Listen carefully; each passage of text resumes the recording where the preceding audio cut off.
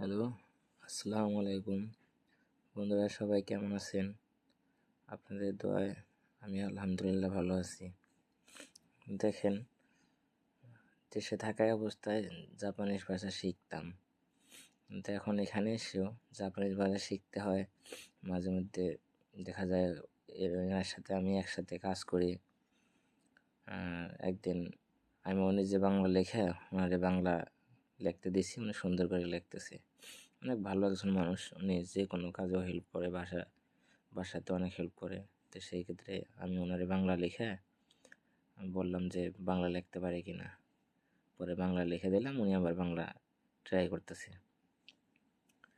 যাই হোক, সব কিছু মিলে একজন ভালো মানুষ। তো পারে, লিখতে পারে, কারণ ওরা তো জাপানিরা সাধারণত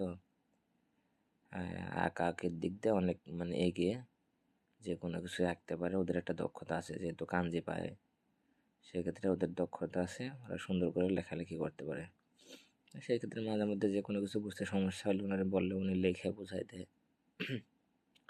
আসলে মুখে না বুঝলে, মুখে বোঝা যায়, লাস্ট শুনলে কোনো সমস্যা হয়, বা বিশেষ করে ওদের ওদের ভাষা, মুখের যে ভাষা আর আমাদের ভাষার উচ্চারণ তো একটু ভিন্ন, সেই ক্ষেত্রে কোনোটা বুঝতে যদি প্রবলেম হয়, উনি আবার মোবাইল দিয়ে লিখে আমার বের করে দেখায়। কখনো সব সময় না, বিশেষ করে যখন না বোঝা হয় তখন।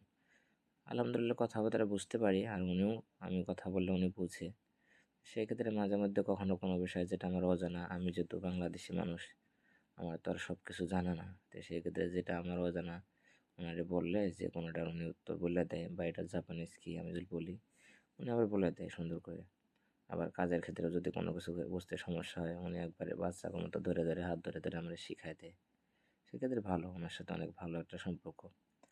আর কাজের ফাঁকে যেমন, কাজ তো ঠিক টাইমে করতে হবে, কাজ তো ফাঁকি দেওয়া যাবে না, নিষেধ।